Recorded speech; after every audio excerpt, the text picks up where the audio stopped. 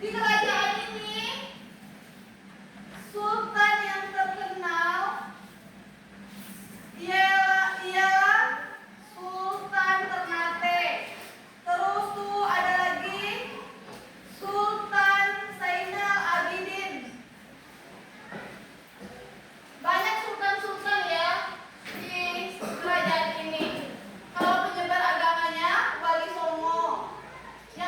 Tapi yang pemimpin di sini sultan-sultan, yaitu seperti Sultan Zainal Abidin, Sultan Ternate, Sultan Hairun. Di kerajaan Ternate dan Tidore ini, rempah yang paling banyak yaitu cengkeh dan pala. Ada nggak yang kenal cengkeh? Kenal pala? Tahu? Tahu? Bumbu apa itu? Cengkeh, pala. Iya, bumbu masak, apalagi masak sop. Sangat digunakan. Di masa kerajaan ini, cengkeh dan pala itu adalah yang mereka jual, yang paling banyak di sana.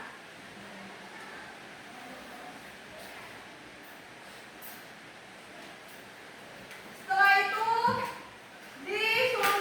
di kerajaan Ternate dan Tidore ini ada juga Sultan Tidore yang pertama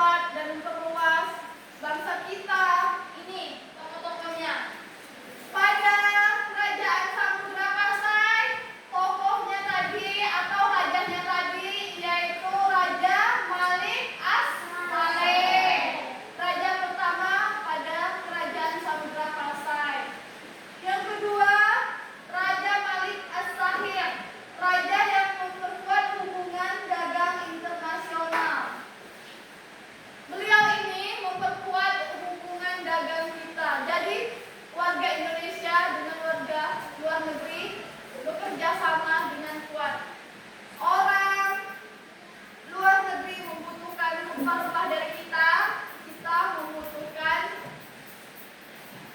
makanan, beras itu belum kita juga butuhkan. Di Indonesia memang banyak, petaninya banyak, yang menanam beras juga banyak, tapi kita juga membutuhkan yang dari luar negeri. Jadi perdagangan kita bekerja sama. Sampai saat ini Indonesia tidak bisa tanpa luar negeri. Jadi kerjasamanya tetap erat. Nah, beliaulah yang memperkuat hubungan dagangnya. Siapa tuh yang memperkuat hubungan dagang internasional Indonesia dengan luar negeri? Iya, Kesultanan Demak, Raden Patah. Ini apa? Siapa ini Raden Patah?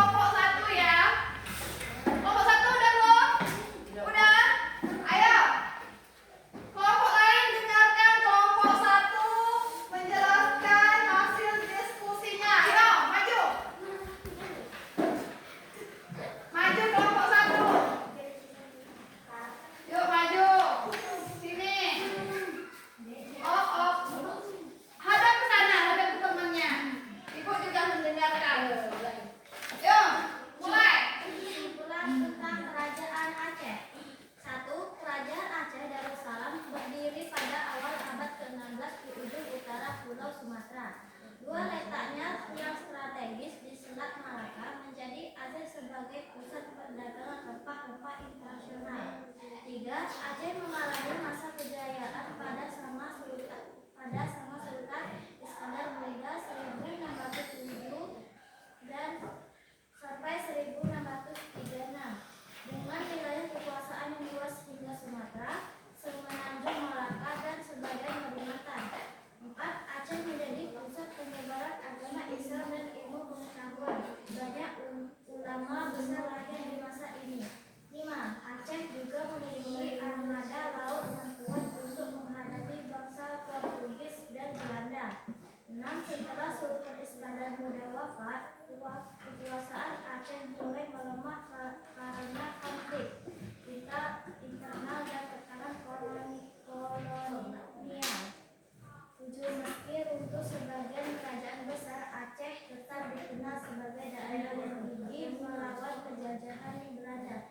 Jadi, kesimpulan singkatnya, kerajaan Aceh adalah kerajaan Islam besar di ujung Sumatera yang berjaya di masa Sultan Iskandar Muda. Maju dalam perdagangan, ilmu dan penyebaran Islam, namun melemah akibat konflik internal dan penjajahan asing. Ya, bagus. Putaranya.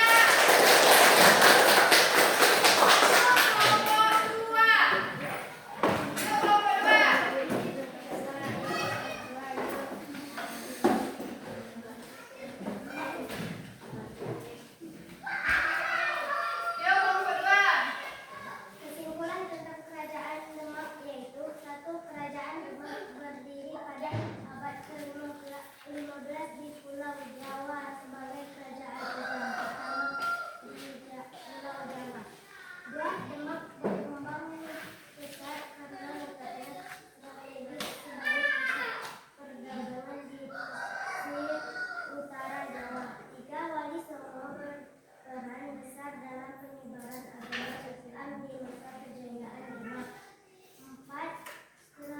Sultan Prabu Trenggana berhasil meluas wilayah kekuasaan hingga Jawa Timur. 5. Kerajaan Demak juga meninggalkan peninggalan bersejarah, salah satunya Masjid Abu Umar. 6. Keruntuhan Demak terjadi akibat perebutan kekuasaan di dalam kerajaan hingga akhirnya digantikan oleh kerajaan Kajang. Jadi kesimpulan singkatnya, kerajaan Demak adalah kerajaan Islam pertama di Jawa yang berbesar dan penyebaran Islam maju dalam perdagangan dan meninggalkan peninggalan sejarah, namun runtuh karena konflik internal. Ya, putaranya mana tuh?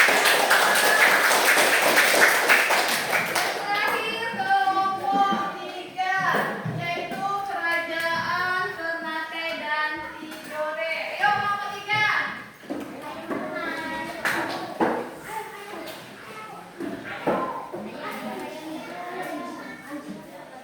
Ayo kelompok 3, bacakan apa yang kalian dapat hasil diskusi kalian tadi di kerajaan Ternate dan Tidore. Kesimpulan tentang kerajaan Ternate dan Tidore adalah: 1. Kerajaan Ternate dan Tidore berdiri di Maluku, pusat penghasil rempah-rempah yang sangat terkenal. 2. Kedua kerajaan ini menjadi pusat perdagangan rempah-rempah, cengkeh dan pala, dan menarik perhatian pedagang dari berbagai bangsa. 3. Ternate dan Tidore sama-sama berperan penting dalam penyebaran agama Islam di kawasan Maluku. 4. Persaingan dan perebutan pengaruh sering terjadi antara keduanya, tetapi kadang juga bekerja sama melawan penjajah. 5. Portugis dan Spanyol masuk ke Maluku dan memanfaatkan persaingan Ternate dan Tidore untuk kepentingan mereka. 6. Sultan Babullah dari Ternate berhasil mengusir Portugis pada abad ke-16, sehingga dikenal sebagai pahlawan besar.